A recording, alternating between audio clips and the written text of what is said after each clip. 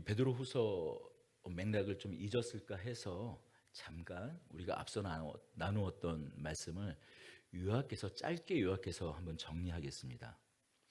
우리가 두 주간 나눴던 그 말씀의 핵심이 무엇이었습니까? 이 베드로후서를 쓴 목적이 1장에 잘 드러나 있는데 그 목적은 무엇입니까? 성도들이 그리스도의 영원한 나라에 들어가기 위해 택하심과 부르심을 굳게 하라는 것이 말씀의 요지였죠. 어떻게 하면 택하심과 부르심을 굳게 할 수 있을까요? 바로 그것은 하나님의 그 신성한 성품에 참여하는 것입니다. 신성한 성품에 참여한다는 것은 우리의 삶과 우리 안을 그리스도 안에서 무엇으로 채워나가는 것이죠? 믿음의 덕을, 덕의 지식을, 지식의 절제를, 절제의 인내를, 인내의 경건을, 경건의 형제 우애를, 형제 우애의 사랑을 더해서 예수 그리스도로 말미암은 그 부르심과 그 택하심에 굳게 서라. 하나님께서 은혜를 더하셔서 우리를 어디로 이끄신다고요? 1장 11절이죠. 이같이 하면 우리 주 곧 그리스도 예수 그리스도의 영원한 나라에 들어감을 넉넉히 너희에게 주시리라.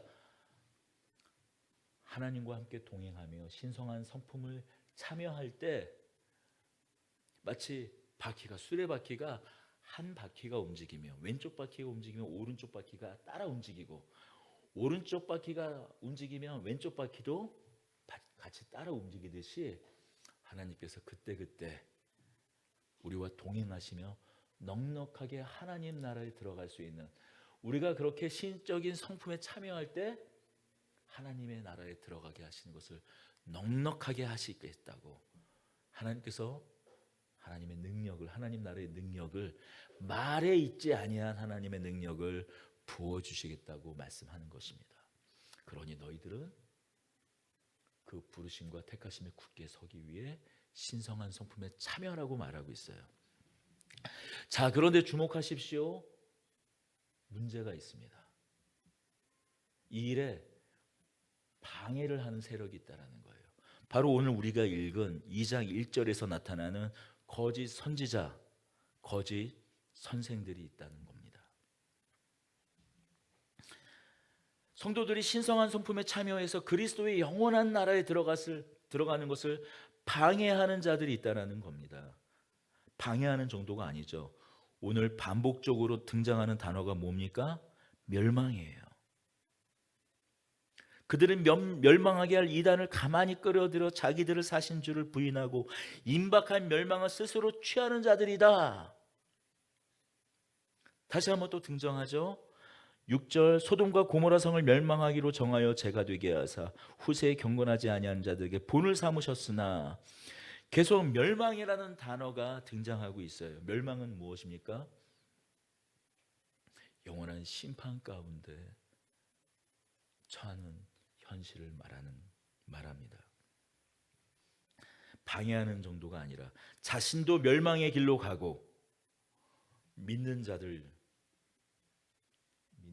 함께 이끌어 멸망의 길로 빠뜨리게 하는 자들이라는 겁니다. 누구라고요? 거짓 선지자와 거짓 선생, 거짓 교사가 바로 그들입니다. 사도 베드로는 애들로 말하지 않습니다. 거짓 선지자들, 거짓 선생들의 속성을 핵심적으로 세 가지를 이야기해요. 첫째는 그들은 멸망하게 할 이단을 가만히 끄드러뜨리는 자들이고, 둘째는 자기들을 구원하신 주를, 여기서 사신주죠. 사신은 속량하다, 값을 주고 치러 사다라는 뜻이에요. 정확하게는 옛날 그리스 로마 시대 때 노예를 돈을 줘 어떤 사람이 값을 주고 치러서 자유인을 만들게 할 때 사용하는 단어가 바로 이 샀다라는, 번역은 사신으로 됐는데 뭐 다른 성경에, 여타 성경에는 속량이라는 단어로 번역되어 있는 바로 사신주, 우리를 구원하신 주를 부인하는 자들이고, 셋째는 어떤 자들이라고요? 멸망을 스스로 취하는 자들이라는 겁니다.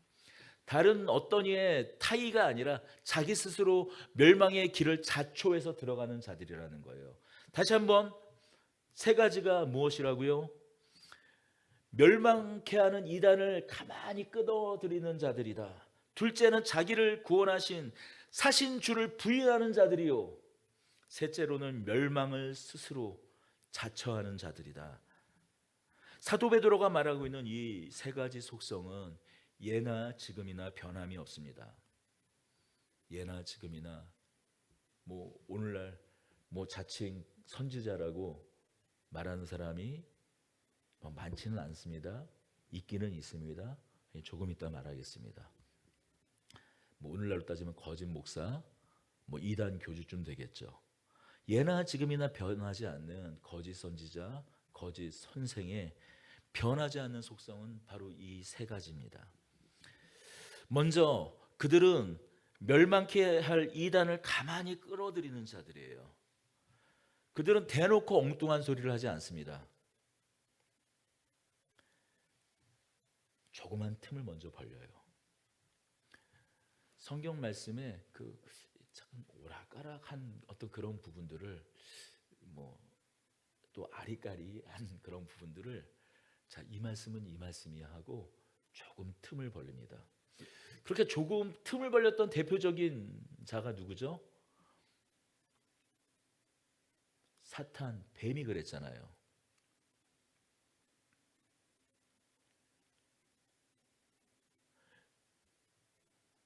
뱀이 어떻게 하와를 유혹합니까?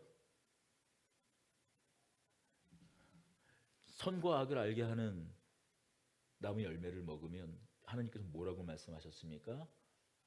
정령 죽으리라고 말씀하셨어요. 그런데 그 말을 조금 비틀죠. 야, 저 하나님이 저거를 왜 먹지 말라고 하신 줄 알아? 저거 먹으면 하나님과 같아질까 봐, 하나님 당신처럼 될까 봐 너희를 못 먹게 한 거야. 그렇게 말을 비틀어 버리죠. 그렇습니다. 거짓 교사들의 공통점은 하나님께서 주신 그 진리의 말씀을 조금 비트는 겁니다. 알아차리지 못하게. 그렇게 볼 수도 있겠는데, 우리가 그동안 내내 많은 목사님들이 또 믿음의 선배들이 저 말씀을 저렇게 바라보았는데, 이렇게 봐도 될 수 있지 않아? 그렇게 말씀을 왜곡시켜요. 비틀어 버려요. 그렇게 틈을 벌려놓으면 나중에는 아예 다른 믿음, 다른 복음, 결국 멸망에 이르는 그 길로 이끌 수 있기 때문이에요. 한 가지 예를 들자면 이런 주장을 하기도 합니다. 예수님께서는 영으로만 부활했다는 주장이에요. 영으로만. 이런 말씀이 있죠. 베드로전서, 우리 앞선 베드로후서 앞에 있는 베드로전서에 3장 18절을 보면 이런 말씀이 있습니다. 제가 읽어드리겠습니다. 그리스도께는 한 번 죄를 위하여 죽으사 의인으로서 불의한 자를 대신하셨으니 이는 우리를 하나님 앞에 인도하려 하심이라. 육체로는 죽임을 당하고 영으로는 살림을 받으셨으니. 육체로는 죽임을 당하고 영으로는 살림을 받으셨으니 이걸 어떻게 뒤집냐면은 이렇게 뒤집는 겁니다. 육은 무익한 것이다. 육은 부정한 것이다. 육은 썩어 없어질 것이다. 예수님 이 말씀이 뭐야? 육체로는 죽임을 당했지만 육체는 부활하지 않아. 다만 부활하는 것은 예수님의 영만 부활했다라는 거예요. 육체는 아무 소용없고 영만 부활했으니 육체는 덧없는 거다. 육체와 관련된 모든 돈, 지위 그런 것들을 그러면 어떤 마음이 들까요? 다 내려놓을 수도 있지 않겠어요? 육체는 하나님 나라 가는데 아무 소용이 없는 거고 부질없는 것이고 더러운 것이고 그런 거니 육과 관련된 거, 육체와 관련된 거, 세상과 관련된 거 다 포기하라는 거예요. 다 없어야 된다는 거예요. 육체를 가지고는 부활하지 못하니 육체는 하늘로 가지 못하니 다 포기하라는 거예요. 그러면은 뭐가 가능할까요? 거짓 선지자. 만약에 이 말씀을 찰떡까지 이렇게 믿게 하고 육체는 부활하지 않고 오직 예수님도 영만 부활했다 이걸 믿게 하면은 어디까지 가능하게 할까요? 집 팔고 땅 팔고 냉장고 팔아? 뭐 당연히 우리 어렸을 때 그 같이 즐겨 부르던 천국을 사고야 말아야겠지만 누구한테 갖다 바치는 거예요? 거짓 선지자, 거짓 선생들한테 갖다 바치게 하는 거예요. 지금까지 수많은 이단들이 그렇게 큰 건물을 짓고 어마어마한 땅을 사서 저기 청평인가요? 가평에 가면 예, 거기에 보면 통일교를 비롯해가지고 각종 이단들의 시설들이 어마어마한 규모로 있죠. 거기 한술 더 떠가지고 예전에 갑자기 허경영이 장흥에 이름을 까먹었네요. 하늘궁전 맞다. 하늘궁전 수만 평의 규모로 하늘궁전 그 수백억의 그 자산가가 된 것이 무엇입니까? 예수님께도 영으로만 부활하셨다라는 겁니다. 그러니 너희 것 다 갖다 바쳐라. 2절에 여럿이 그들을 호색하는 것을 따르니 이로써 말미암아 진리의 도가 비방받을 것이요. 3절 그들이 탐심으로써 지어낸 말을 가지고 너희로 이득을 삼으니 어떻게 해요? 그들이 지어낸 탐심의 말을 가지고 더러운 이득을 그들이 취한다라는 거예요. 맞습니다. 우리가 하나님 나라에 설 때, 하나님 나라에 갈 때, 하나님의 그 보좌 앞에 설 때 우리가 이 땅에서 누렸던 지위, 명예 가지고 갈 수 없습니다. 이 땅에서 그 어떤 수조 원의 돈을 자기가 가지고 누렸더라도 천국의 그것을, 하나님 나라의 것을 가져갈 수 없어요. 그러나 분명 한 가지 사실은 우리도 주님과 마찬가지로 주님께서 재림하시는 날 새하늘과 새 땅을 이루고 영원한 하나님 나라를 이루는 그날, 주님의 재림의 날 영원한 부활의 몸을 입는다고 말씀하지 않았습니까? 이 말씀은 베드로전서 3장 18절의 말씀을 이 개역 한글이 아니라 그 쉬운 성경이나 공동 번역 성경으로 보면 좀 더 말씀을 좀 선명히 할 수 있어요. 쉬운 성경을 제가 읽어드리겠습니다. 같은 본문을 이렇게 번역했습니다. 그리스도께서는 여러분을 위해 죽으셨습니다. 그리고 그 한 번의 죽으심으로 여러분의 모든 죄를 담당하셨습니다. 죄가 없는 분이시지만 죄인을 대신하여 돌아가셨던 것입니다. 그것은 여러분 모두를 하나님께로 인도하기 위함이었습니다. 육체는 죽었지만 성령 안에서 다시 살아나셔서. 자, 공동 번역을 한번 읽어드리겠습니다. 그리스도께서도 여러분의 죄 때문에 죽으셨습니다. 죄 없은 분이 죄인을 위하여 죽으신 것입니다.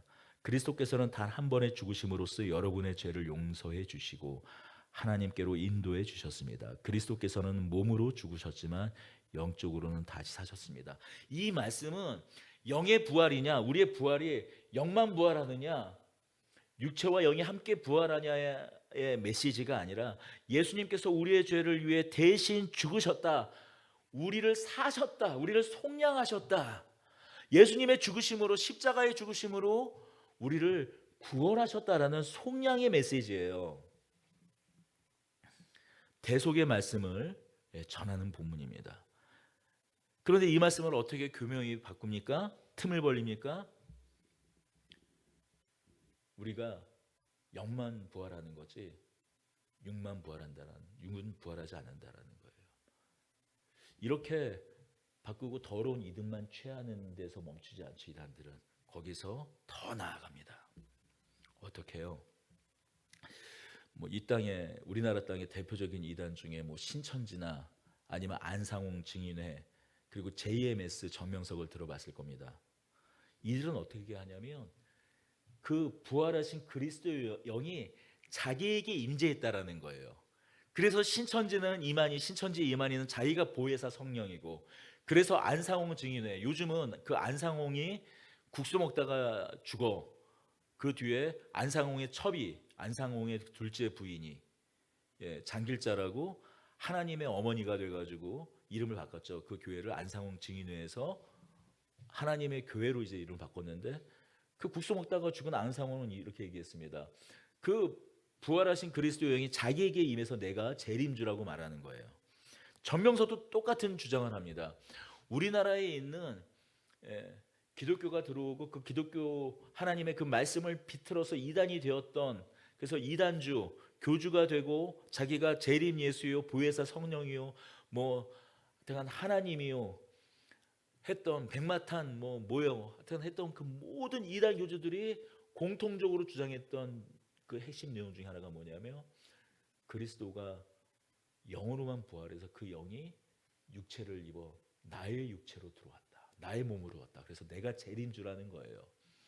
물론 거기에 그것을 자기가 메시아가 되기 위해서, 그리스도가 되기 위한 그 주장을 하기 위해서 뒷받침하는 뭐 여러 가지 주장이 있습니다. 언젠가도 말했지만 예수님의 그 죽음은, 예수님의 십자가의 죽음은 실패한 죽음이다.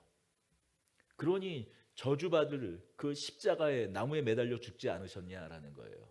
그러나 자기는 죽지 않고 영원히 살아서 자기는 실패하지 않는다라는 거죠. 그런데 안상홍은 국수 먹다가 죽었고요. 이만희도 뭐 얼마 안 있어서 곧 연세가 있으니까 돌아가실 예정입니다. 그리고 한 분, JMS 정명석이죠. 신도를 성폭행한 것이 뭐 여러 차례 벌써 이 감방에 갔다가 다시 이렇게 또 출소했는데, 다시 성도를 성폭한 것이 고발되어서 지금 나이 80세에 대법원 이 3심 판정이 대법원 판정으로 17년 징역형을 선고받았으니까 80세니까 감형이 되지 않으면 97세에 출소를 하는 거거든요. 아마 이변이 없는 한 감옥에서 죽게 될 겁니다. 다 죽어요. 재림주래매. 그렇게 틈을 벌려서 결국 어디까지 나아간다고요? 자신들의 목적한 바를 이루어요. 멸망할 이단을 가만히 교묘하게 말씀을 비틀어서 끌어들이는 것뿐만이 아니라 그 결과는 사신 주를 부인하게 합니다. 우리를 구원하신, 우리를 속량하신, 우리를 위해 대신 죽으셔서 값을 치르시고 사망의 노예에서 하나님의 자녀의 신분으로 우리를 건져내신 우리 주 예수 그리스도를 부인하게 하는 거예요.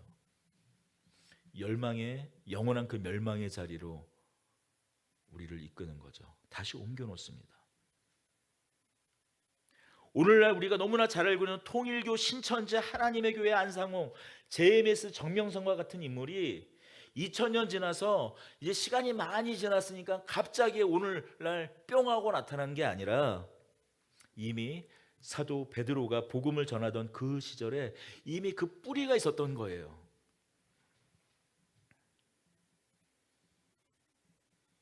우리 베드로후서 1장 12절에서 21절을 우리 좀 빨리 한번 읽어보십시다. 같이 읽겠습니다. 베드로후서 1장 12절에서 21절입니다. 그러므로 너희가 이것을 알고 이미 있는 진리에 서 있으나 내가 항상 너희에게 생각나게 하려 하노라. 내가 이 장막에 있을 동안에 너희를 일깨워 생각나게 함이 옳은 줄로 아노니 이는 우리 주 예수 그리스도께서 내게 지시하신 것 같이 나도 나의 장막을 벗어날 것이 임박한 줄 알미라. 내가 힘써 너희로 하여금 내가 떠난 후에라도 어느 때나 이런 것을 생각나게 하려 하노라. 우리 주 예수 그리스도의 능력과 강림하심을 너희에게 알게 한 것이 교묘히 만든 이야기를 따르는 것이 아니요 우리는 그의 크신 위엄을 친히 본 자라. 지극히 큰 영광 중에 이러한 소리가 그에게 나기를 이는 내 사랑하는 아들이요 내 기뻐하는 자라 하실 때에 그가 하나님 아버지께 존귀와 영광을 받으셨느니라. 이 소리는 우리가 그와 함께 거룩한 산에 있을 때에 하늘로부터 난 것을 들은 것이라. 또 우리에게는 더 확실한 예언이 있어 어두운 데를 비치는 등불 같으니 날이 새어 샛별이 너희 마음에 떠오르기까지 너희가 이것을 주의하는 것이 옳으니라. 먼저 알 것은 성경의 모든 예언은 사사로이 풀 것이 아니니 예언은 언제든지 사람의 뜻으로 낸 것이 아니요 오직 성령의 감동하심을 받은 사람들이 하나님께 받아 말한 것임이라.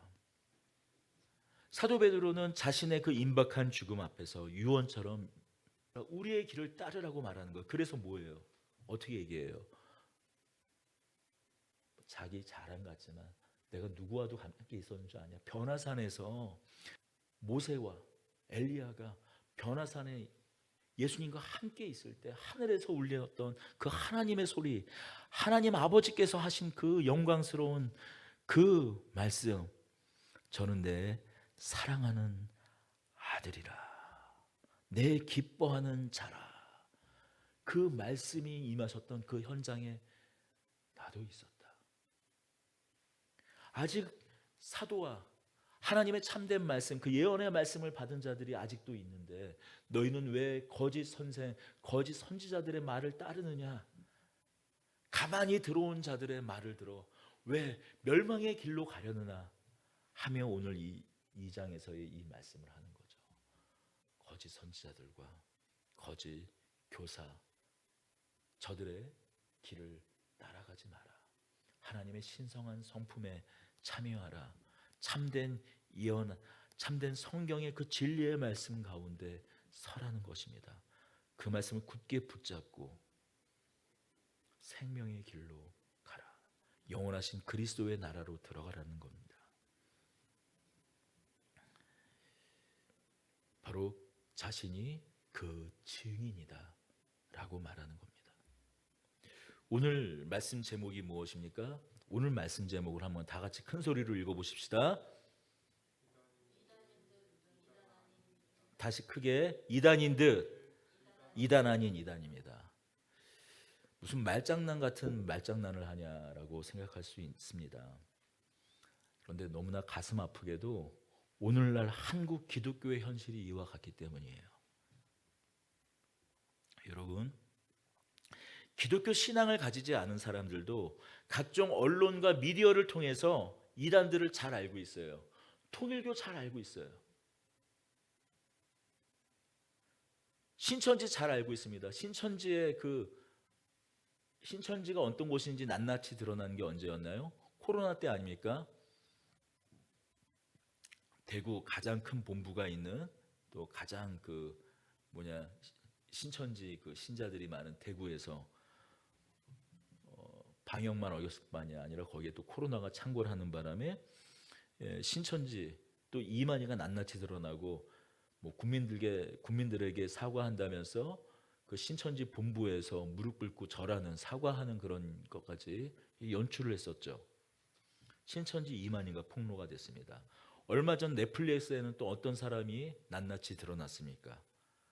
JMS 정명석의 만행이 드러났어요. JMS를 따르는 여자 목사가 그 JMS 신자 중에 이쁜 자매들만 골라서 정명석에게 가스라이팅해서 말로 참혹할 수 없는 그 현실을 다큐멘터리에 담아냈던 게 다큐멘터리에 넷플릭스 다큐멘터리를 통해서 그 만행이 낱낱이 드러났습니다. 앞서 말했지만 대법원에서 17년 징역형이 선고됐어요. 이제 살아서 나오기는 힘들 겁니다. 이미 많은 사람들이, 믿지 않는 사람들조차도 뭐 통일교, 신천지, 뭐 JMS, 하나님의 교회 그 이름들을 여호와의 증이 낱낱이 꿰고 있어요. 더군다나 코로나 때 이후로 우리 신자들도 이단들에 대한 경계가 더 심해졌죠. 그렇습니다. 믿음을 가진 사람들은 믿음을 가진 사람대로, 믿지 않는 사람들은 믿지 않는 사람대로 이단들에 대한 경계심이 더 각별해졌습니다. 문제는 뭘까요? 이단인 듯 이단 아닌 이단들입니다. 먼저 PPT 자료를 좀 함께 보겠습니다. 긴 설명은 드리지 않을게요. 가족과 함께 제가 개척을 하기 전 8년 전 얘기죠. 부산에 내려가서 방문했던 탐방했던 교회 중에 하나이기도 하죠. 부산 세계로 교회 목사예요.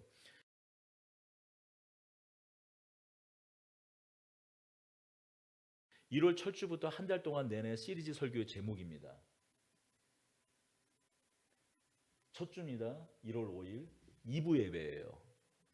뭐 세미나나 그런 특강 자리가 아닙니다. 2부 예배. 우리가 말한 11시 예배 설교입니다. 제목 이재명이 죽어야 대한민국이 산다. 둘째 주예요. 이재명 치하에서 배급받고 살지 않으려면 일어나 항거하라. 셋째 주 1월 19일 설교입니다. 작은 행동 위대한 역사 이재명은 끝났다. 넷째 주예요. 기도하는 백성이 있으므로 이재명은 끝이다. 아예 첫째 주에는 본문 말씀이 있지도 않았어요. 예배. 셋째 주였던 작은 행동 위대한 역사 이재명은 끝났다 설교 말미에 어떤 일을 이 손윤보 목사가 그 예배당 하나님의 말씀을 전하는 그 현장에서 성도들을 향해 시켰는지 그 다음 장면을 한번 보겠습니다. 제가 어제 저녁에 이재명은 끝났다 하는 구호를 만들었어요. 그래서 여러분들은 제가 말을 하면은 이재명은 끝났다 이 말만 하면 됩니다. 이재명 끝났다고 저를 고발한 놈이 있는데, 그런데 여러분들이 이제 다 잡혀갈 수도 있지만은 한번 해보세요. 자, 한번 띄워보세요. 한번 띄워봐봐요. 공공기관의 동성애자 30% 채용한다는 이재명은 끝이다. 지지율 28% 이재명은 끝이다. 내란죄라고 선동하더니 내란죄는 빼라고 이재명은 끝이다. 엄마도 안 보는 카톡을 네가 왜 봐? 이재명은 끝이다.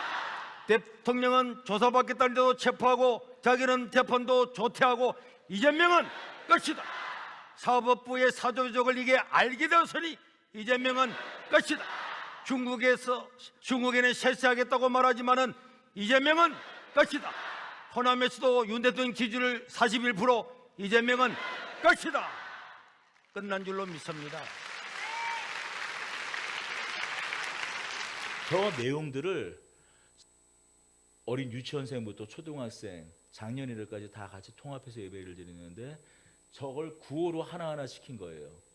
뭐 제가 고민이 많았어요.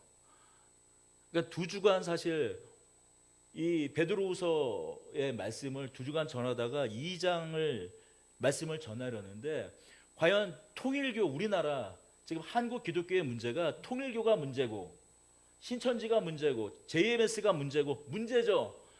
그러나 오히려 더 큰 문제가 무엇인가? 우리 안에 교묘히 들어와 있는 이단인 듯 이단 아닌 이단. 바로 이런 사람들 때문이에요. 이것을 보고 무엇을 느끼십니까?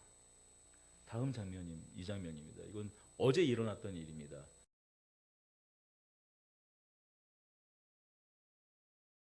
이곳은 금남로라는 곳이에요. 광주, 전라도 광주시 금남로라는 곳입니다. 금남로는 어떤 곳입니까? 전두환 씨가 작년에 죽었죠. 전두환 씨가 1979년 10월 26일 날 군사 구테타, 이번 윤석열과 마찬가지로 군사 구테타를 일으킨 거예요. 군사 구테타를 일으켜 계엄을 선포했을 때 광주 시민들이 그 이듬해인 5월 18일부터 5월 28일까지 이 광주시 금남로에서 군부 독재를, 이 금남로를 중심으로 군부 독재에 항거하다가 수많은 사람들이 목숨을 잃은 현장이에요. 헬기가 떠서 기관총으로 거기 있는 금남로에 모였던 광주 시민들을 학살했던 그 현장입니다. 여러분, 그 현장에 이 손윤보라는 목사가 세이브 코리아 한국을 구하자는 구호로 단체를 만들어서 여기서 집회를 여는 거예요. 어떤 집회요? 윤석열 탄핵 반대 집회를 하는 거예요. 윤석열 그가 어떤 일을 했습니까? 작년 12월 3일 군부를 일으켜서 국회를 침탈하지 않았습니까? 국회에 헬기가 떴어요. 온 국민이 그걸 똑똑히 보지 않았습니까? 헌법과 헌정을 유린한, 그에 따라 지금 헌법재판소에서 탄핵 재판이 지금 이어지고 있습니다.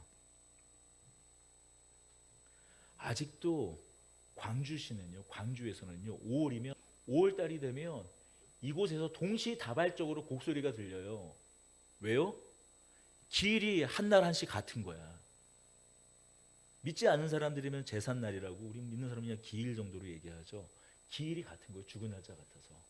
광주시에 아직도 애통과 애국의 소리가 넘쳐나는 저 현장에 세계로의 교회의 손현보라는 목사가 세브코리아 단체를 만들어 저기서 어제 집회를 한 거예요. 탄핵반대. 아, 좋아요. 예. 윤석열에 대한, 그가 한 계엄에 대한, 또 어떤 이는 계몽령이라고 말하기도 하지만 그렇게 생각할 수도 충분히 있다고 쳐요. 그러나 사람은 우리가 금도라는 것이 있죠. 저기에 갈 수는 없는 겁니다. 계엄 때문에 수많은 사람들이 죽어간 저 현장, 여러분과 똑같은 그런 나이대 사람들이, 청년들이, 아이들이, 학생들이 죽어간 현장, 저 현장에서 무엇을 했어요? 탄핵 반대를 한 거예요.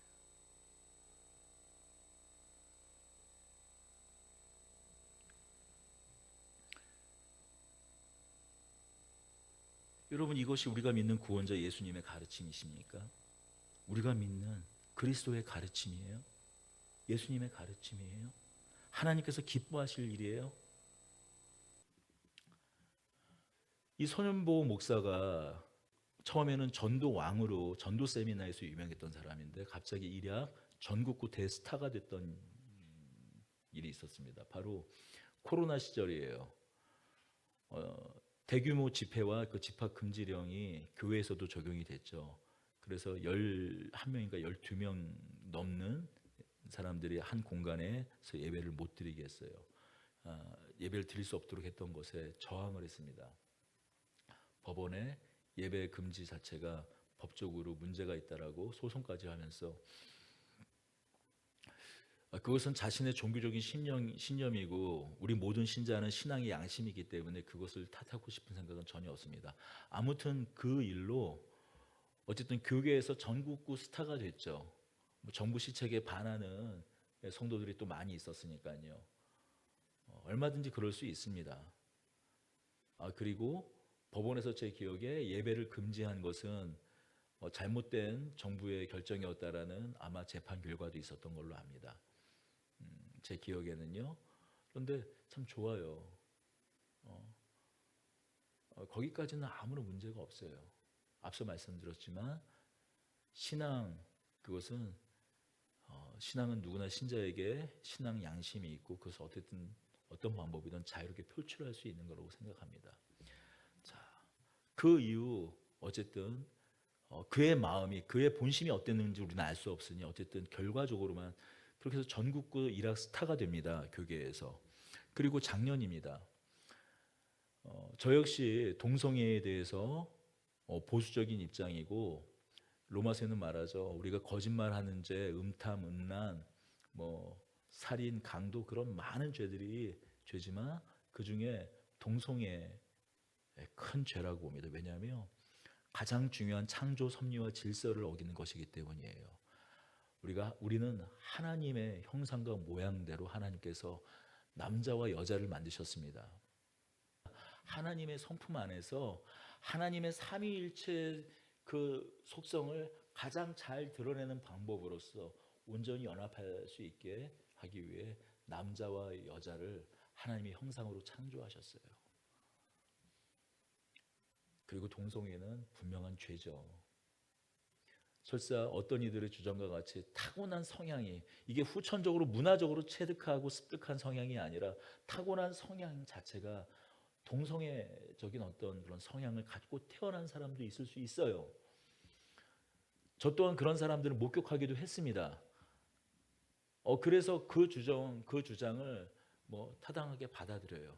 그러나 분명한 것 한 가지 사실은, 그런 동성애적인 어떤 그런 성향은 후천적으로 습득하던 간에 아니면 선천적으로 타고나던 간에 그것은 아담과 하와가 선악과를 따먹은 이후에 생겨난 죄의 결과, 타락한 인류의 비참한 현실이신 거지, 그렇다고 그것 때문에 동성애적인 성향으로 말미암아 동성 행위를 하던 동성 사랑을 하던 간에 그것은 죄로 말미암아 깨진 죄의 비참한 현실인 것이지 그렇다고 거기에서 자유로워질 수는 없는, 그러니 그것을 죄라 말하지 못하고 죄가 아닌 게 아니라는 거죠.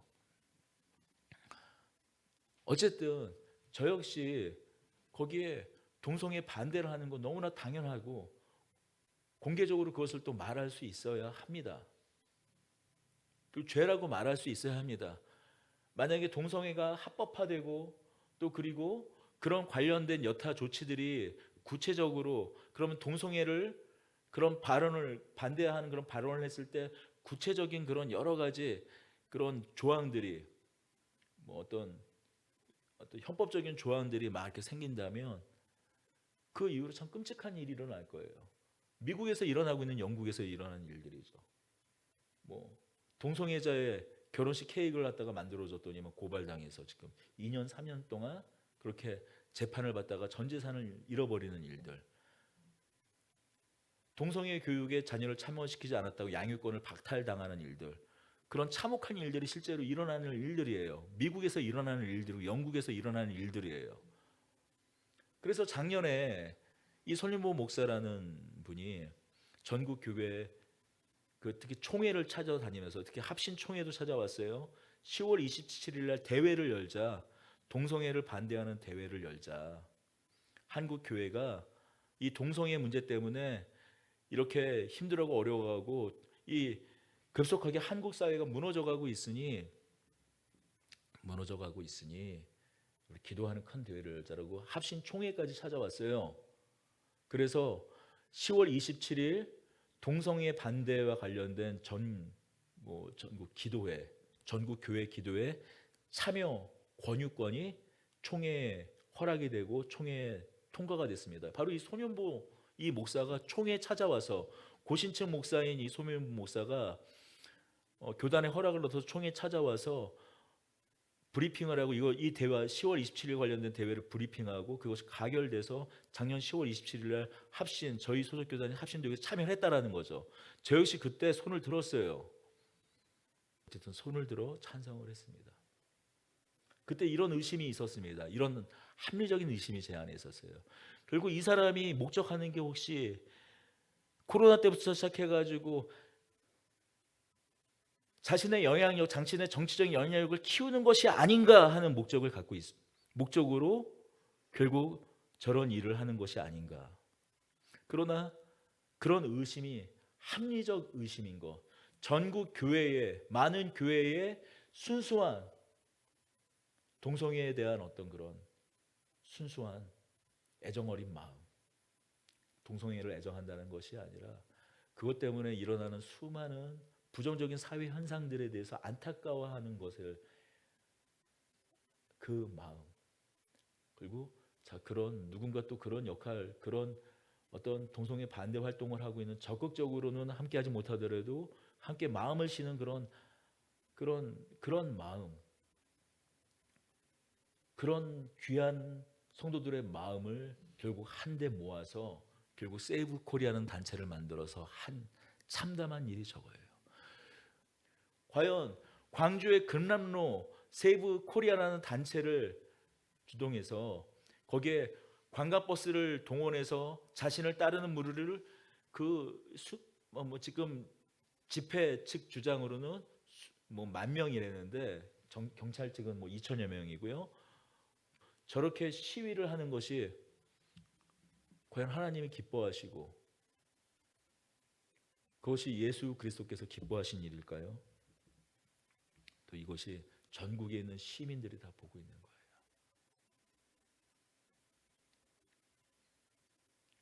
사도시대 이후에, 교부시대 이후에 일반 상식을 가진 교계 지도자들 중 자신을 대놓고 선지자라고 말한 사람은 없습니다. 물론 이 시대를 깨우는 선지자와 같은 분으로 추앙받고 존경받는 분들은 있어요. 오늘날 우리나라에서 대표적으로 옥하는 목사님 같은 분이겠죠. 교계에서뿐만이 아니라 일반 사회에서도 존경받았던 분들이 있습니다.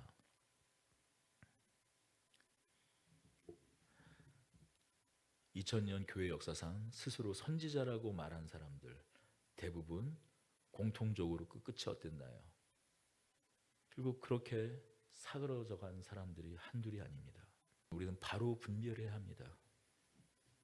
물론 사도 베드로 말씀과 같이 가만히 금요일 들어온 이단들, 사신 주를 부인하게 하는 그 이단들 경계해야 하겠죠. 그러나 지금 제가 그동안 전광훈 씨에 대해서 너무나 많은 말씀을 한 것 같고, 갑자기 어느덧 등장한 것 같지만 오랜 시간을 공들여 등장한 이 손윤보 씨와 같은 그런 거짓 목회자, 거짓 교사, 거짓 목사도 우리는 경계해야 합니다. 그렇다면 도대체 참 목회자, 거짓 목자를 어떻게 구분할 수 있을까요? 결국 그의 사역과 그의 시간을 통해서 누가 높아지는가 하는 겁니다.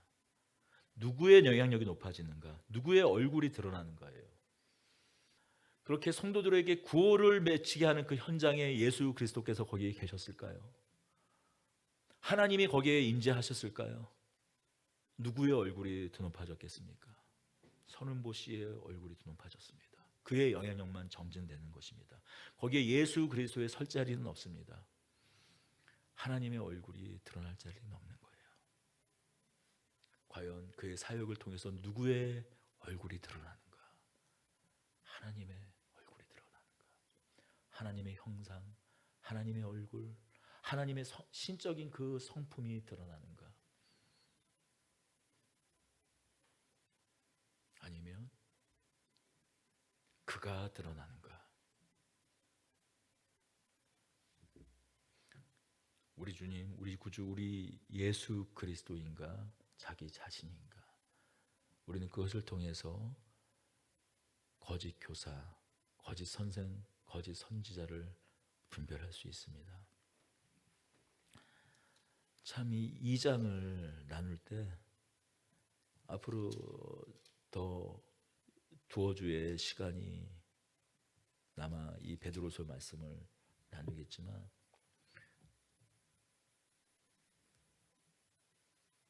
너무나 참혹한 오늘 말씀의 제목처럼 이단인 듯 이단 아닌 이단, 오히려 신천지 JMS보다 더 큰 사회적인 해악을 끼치고 있는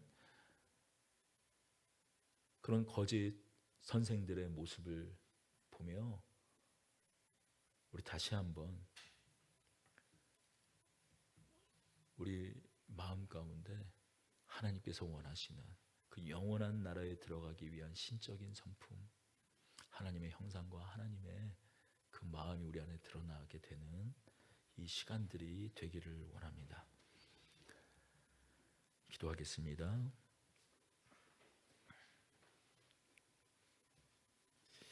하나님,